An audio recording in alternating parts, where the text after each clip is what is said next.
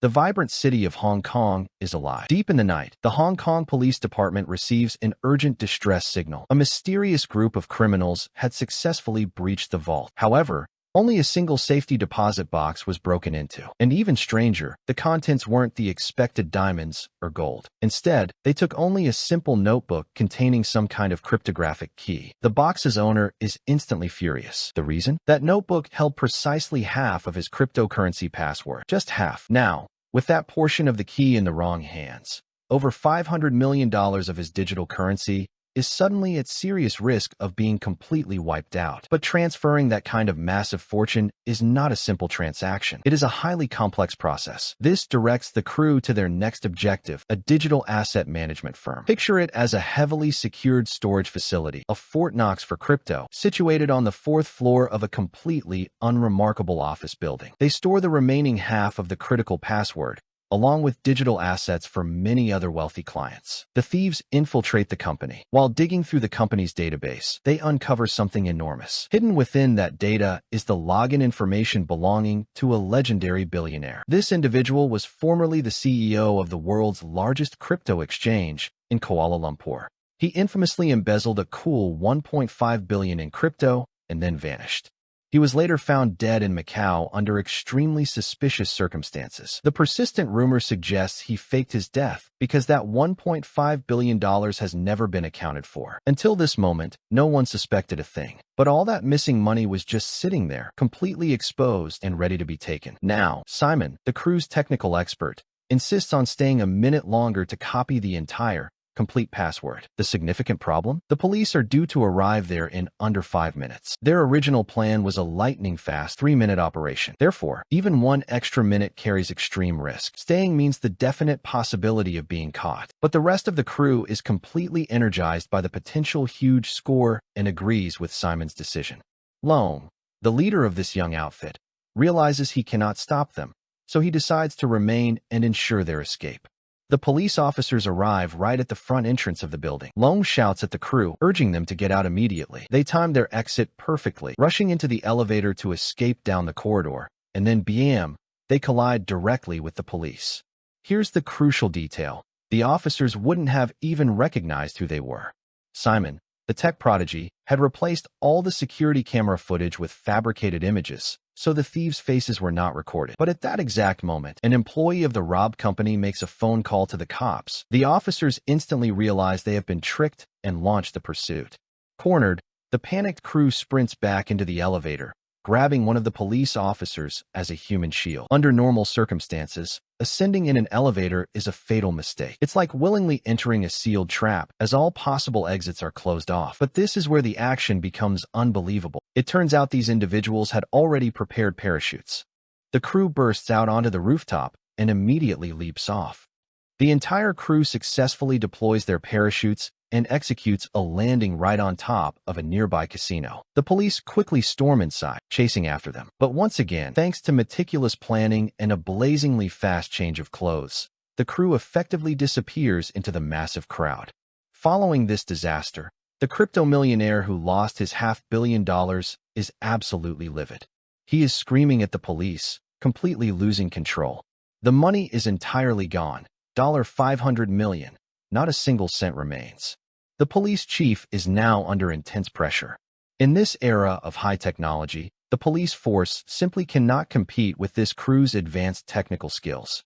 Their current police systems are brittle, like eggshells, compared to the capabilities of these expert hackers. The security cameras are either deliberately replaced, found broken, or display falsified footage. Consequently, with modern technological methods failing them, the police bosses instruct them to revert to the basics. Didn't police solve serious crimes before any of this complex technology ignites a critical idea? They decide to bring a true legend of the police force out of retirement. However, the legendary officer's chapter is ostensibly closed. He now lives a completely ordinary retirement life. Shozu struggles to understand how this seemingly regular old retiree could possibly possess a legendary reputation. This changes one day after she has been tailing the old man all afternoon. The legend suddenly sits down directly in front of her, calls out her disguise, and meticulously points out all the glaring flaws in her surveillance technique. It is clear that a legend never truly loses his touch. And just like that, Ta-Chung is officially back. He immediately rejoins the police team and starts meticulously reviewing all the security camera footage from the heist. He quickly manages to define the key characteristics of several suspects and assigns each one a distinct nickname. The robbers are all young, except for one clearly older man who stands out. This senior individual is obviously the brains and the moral guide for the group. He knows every possible route and camera position intimately, and his skill at avoiding detection by cameras is unprecedented. Due to this, even the body cameras worn by the police couldn't capture a clear image of his face. But based on a few slightly blurry, side-angle photographs, Ta-Chung makes the crucial identification. Back in the late 80s, there was a high-profile wanted criminal known as the Phantom Bandit. He was a foreign intelligence officer who had retired from the military and, while in service, was a part of the specialized, obsolete assassination squad. This man was a master of elaborate disguise and a lethal knife fighter. He eventually ended up in Hong Kong and Macau, where he planned and executed over a dozen bank robberies. The police department launched multiple operations aimed at catching him, but he always managed to escape, mysteriously disappearing entirely in '99. Now, no one anticipated that he, old and supposedly frail, would be back involved in the game. Meanwhile, back at their secret hideout, Longsheng is furious. He unleashes his rage onto Simon. Did you not see? We were nearly all caught. For many years, he has never been seen or identified by the police. But Simon's impulsive decision put everyone at extreme risk, almost getting them all officially identified. Simon, however, does not believe he made any mistake. He simply thinks Lang is getting too old and is no longer willing to risk everything. Simon talks back disrespectfully, and Lang beats him severely. He senses these young men are challenging his ultimate authority. He even pulls out a knife, ready to attack Simon again. The others desperately jump in, struggling to physically restrain him. Even Hung, who has always been the most reliable and obedient, tries to hold him back. Younger members have become too arrogant and no longer show him any respect. Once they grow older, they always develop their own differing ideas. Shirao is one of the few female officers currently on the force. She has always passionately desired to be on the front lines of action, but her lack of practical experience and lesser physical strength caused the male officers to routinely look down on her. Everyone views her as the team's lucky charm. Her father was also a distinguished detective who tragically died in the line of duty. After growing up, she easily joined the force, inheriting her father's police number. The bosses deeply respected her father, so they treat her with undue special consideration. When preparing promotional materials, they deliberately feature her to craft emotionally resonant stories, but no one truly takes her seriously. Ta-Chung is officially back on the force and wants to assemble a specialized surveillance team. Their mission is to seamlessly blend into different neighborhoods, posing as ordinary citizens and tracking down this heist crew. Shirao desperately wants to join this team, eager to finally get on the front lines, but the other officers merely laugh at her, telling her to stick to simple surveillance of actually catching the criminals. Shou is enraged and immediately initiates a physical fight with the colleague who just mocked her. Ta-Chung witnesses her obvious frustration. He offers her some genuine words of comfort. Shou then pours out her true feelings. In this entire department, no one believes that the first person to charge into danger can be a woman. Meanwhile, Lang senses that the young individuals under his command are starting to develop divergent ideas. He deliberately tests Hung, asking, "Have you ever considered overthrowing me, taking my share, and splitting it among yourselves?" Hung has absolutely no intention of betraying Lang. He has always been intensely loyal and honest, and he has worked closely with Longsheng for such a long time that their connection is significantly closer than the other. He has long thought of Longsheng like a father figure. These young people were all orphans from the same orphanage. Years ago, they all survived directly because of the money Longsheng stole and used to personally take care of them. He is realizing that raising children is incredibly difficult when they reach adulthood. But Longsheng actually understands Simon's attitude, because he himself was once like Simon, talented, arrogant, and extremely unwilling to be controlled. He tells Hung that he no longer needs to visit to take care of him. Longsheng states he needs to be completely alone for a while. Meanwhile, Ta-Chung has finalized his selection for the surveillance team. The people he chose are all unremarkable in appearance and are officers who have never previously interacted with this gang. Shirao Zhu is also selected for the team. However, while everyone else is assigned active, hands-on tasks, she is relegated to driving around every day with Ta-Chung. Her sole job is seemingly just to buy him water and food. This makes Xiaozu incredibly frustrated. She feels De Jong is intentionally sidelining her and significantly underestimating her true abilities. One day, while driving past a narrow alleyway, even though she was strictly on a surveillance mission, she spots a group of aggressive thugs harassing innocent people. In that moment, her strong inner hero instinct awakens, and she cannot stop herself. She charges right in and engages the thugs in a fight. De Jong is initially furious that she openly disobeyed his direct orders, but he ultimately steps in quickly to help her subdue them. Back inside the car, he feels compelled to tell Shou about his own past. Actually, there is a major misunderstanding between him and Shou. The truth was that they had known each other for a very long time. Years ago, Shou's father and De Jong were police colleagues and operational partners. But during one crucial surveillance mission, De Jong noticed a wanted human trafficker right on the street. He should have absolutely maintained his concealed identity as an officer, but he impulsively tried to make an arrest.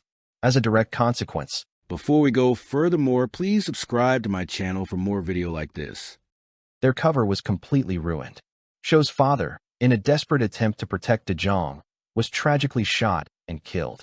This devastating incident permanently ingrained in De Jong the lesson to always follow direct orders from that day forward.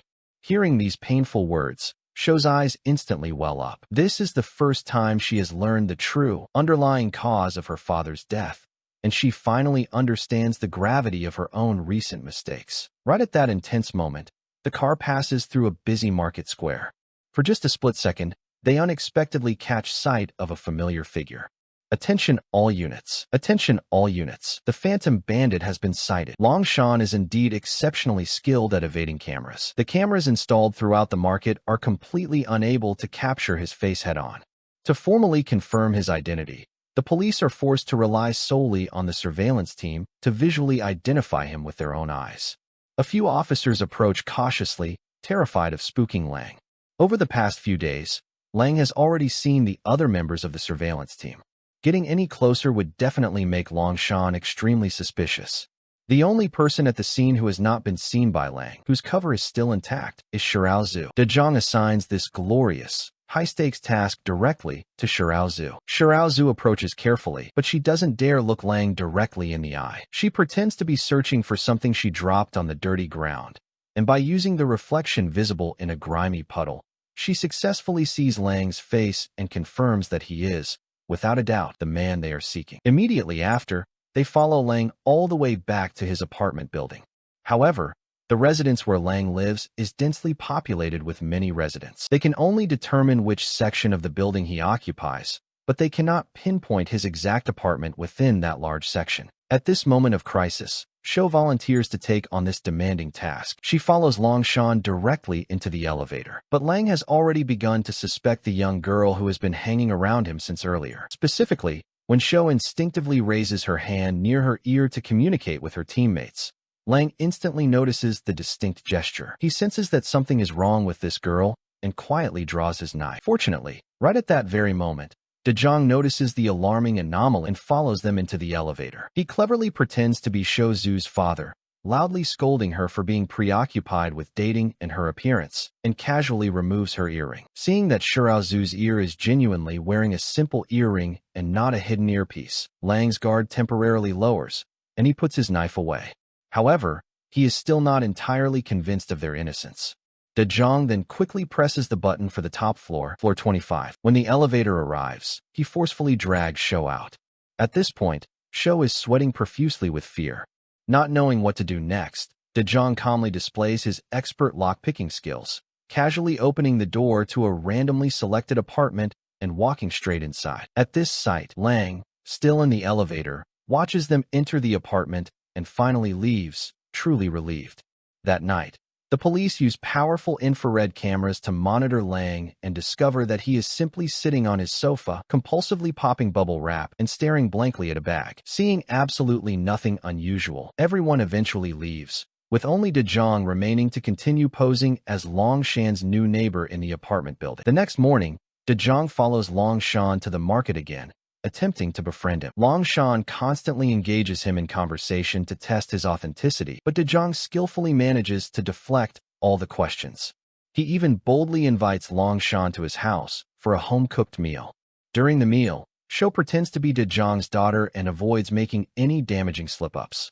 She even uses a high-tech gadget to silently copy all the data from Longsheng's phone, which is sitting on the dining table. But that very night, immediately after Lang departs, a mysterious masked person in black breaks into Zhang's apartment and violently attacks him with a knife. At this crucial time, Shou has finished her shift and is gone, leaving Zhang completely alone in the house. The police's external surveillance cameras have been systematically replaced by Simon. Luckily, Zhang is an expert in martial arts and is able to fight the masked assailant to a standstill. Simultaneously, Shou, after thinking for a while, decides to return to the police station to hand in the copied phone data. Once there, everyone quickly discovers that in the surveillance footage, Shou is still visibly in the house with Zhang, and they instantly realize there is a severe problem with the camera feed. Just as the police units were preparing to depart, Simon transmitted a key message to the individual attempting to assassinate Zhang. The assailant was forced to leap out of the window to make a frustrated escape. It was revealed that the young crew had discovered the police identities of both Zhang and Shou Zhu, but chose not to inform Lang directly. The police realized that since Lang had not fled, he must be unaware that the police force had successfully set a surveillance trap right above him. From this, they logically deduced that a serious split had occurred within the crime organization. They also likely guessed that the police intended to utilize Lang as a tool to capture the entire crew. Since Lang was now functioning as bait, the police would temporarily not touch him. The earlier attempt to assassinate Zhang was merely a probing action. They had intended to cause disruption and use the chaos as an opportunity to rescue Longsheng. 3 days later, Lang abruptly leaves his home, and the criminal investigation team immediately begins tailing him. Unexpectedly, Zhang and Shou Zhu's surveillance car is violently ambushed on the road. Just as their vehicle passed the main entrance of the police headquarters, it was rammed head-on. The attackers instantly exit their vehicle and begin firing wildly at them. The rapidly arriving police reinforcements are caught completely off guard. In the resulting chaos, numerous police officers are wounded. Shou is fortunate to survive the violent accident. She is the first person to regain consciousness and quickly tries to wake Zhang, but one of the armed thugs spots that she is still alive and immediately attempts to shoot her again. Luckily, Shou reacts instantly, grabs her sidearm, expertly slides out of the wreck, and successfully takes down several of the attackers. Zhang also manages to wake up. He urgently tells Shou Zhu his critical speculation. There are several distinct Braille characters written on the trash bag that Longsheng had thrown away. They must immediately report these characters to the intelligence department to decode the hidden information contained inside. Meanwhile, Lang drives straight back to the orphanage. Unbeknownst to him, there is also a team of assassins lying in wait there. It turns out that Simon had decisively chosen to eliminate him this time because he did not want Longsheng to fall into the hands of the police and eventually lead an investigation back to his younger brothers. Furthermore, Simon stated that Lang was too old and simply could no longer keep up with the demands of the modern era. However, with these rash arrangements, Simon had critically underestimated Lang. Hundreds of pursuers and surrounding henchmen are still no match for him. When all the assassins have been successfully neutralized, one final person appears in front of Lang. Seeing Hung, the child he personally raised with his own hands, Longsheng cannot help but let out a painful, raw scream. He never imagined that even Hung would betray him. In reality, Hung never genuinely wanted to kill Lang, the father who raised him. But as the eldest brother, he felt he had to take responsibility for his younger brother. He chooses to take all the blame entirely upon himself. Hung is my younger brother. He did wrong. I am willing to bear the entire responsibility. The two figures, essentially father and son, point weapons directly at each other. All the complex moves Hung learned were taught to him by Lang. Yet now he is using them to fight him. Initially, Lang cannot bear to kill Hung, only striking him repeatedly. Hung finds he cannot fight back against Longsheng, so he recklessly hugs him tightly and jumps out of the window together. Wishing to die together, they violently fall to the ground floor. Outside, the police have already surrounded the entire orphanage. Lang manages to stab Hung in the stomach. Until his very last breath, Hung holds Lang in a tight embrace, whispering that he hopes that in the next life, he can truly be Longsheng's biological son.